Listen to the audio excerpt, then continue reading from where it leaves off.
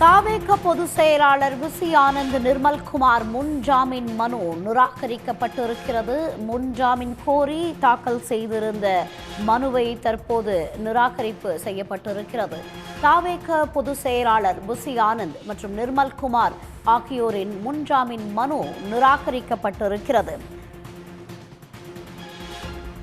தாவேக பொதுச் செயலாளர் விசி ஆனந்த், நிர்மல்குமார் முன்ஜாமீன் மனு தள்ளுபடி செய்து நீதிபதி ஜோதிராமன் உத்தரவு பிறப்பித்திருக்கிறார். இதுகுறித்த கூடுதல் விவரங்களுடன் செய்தியாளர் செல்வகுமார் இணைகிறார். செல்வகுமார், விவரங்களை பகிர்ந்துக்கங்க. தாவேகா பொதுச் செயலாளர் விசி ஆனந்த் மற்றும் நிர்மல்குமார் ஆகியோருடைய முன்ஜாமீன் மனு மதுரை உயர்நீதிமன்ற கிளை அமர்வு தள்ளுபடி செய்திருக்கிறது.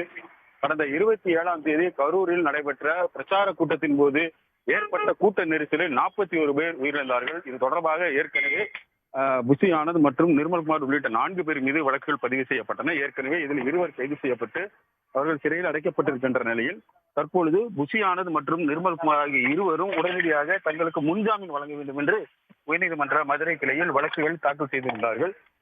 இந்த வழக்கு இன்று நீதிபதி ஜோதிராமன் முன்பு விசாரணைக்கு வந்தது.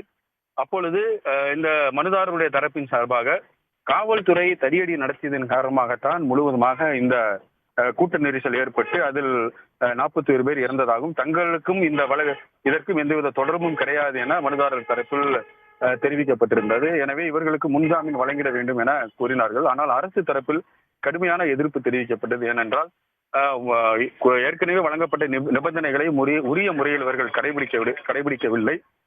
தேவையில்லாமல் அந்த பகுதியில் ஏற்பட்ட கூட்ட நெரிசலை ஒழுங்குபடுத்துவதற்கு முறையான எந்த அறிவிப்பும் கொடுக்கவில்லை. குறிப்பிட்ட நேரத்திற்கு மேலாக கூடுதலான காலதாமதம் வந்தது. கூட்டம் ஏற்பாடு செய்திருந்ததில் குடிநீர் முறையாக வழங்காமல் இறந்தவர்கள் பலர் நீர் இழப்பின் காரணமாக இறந்ததாக.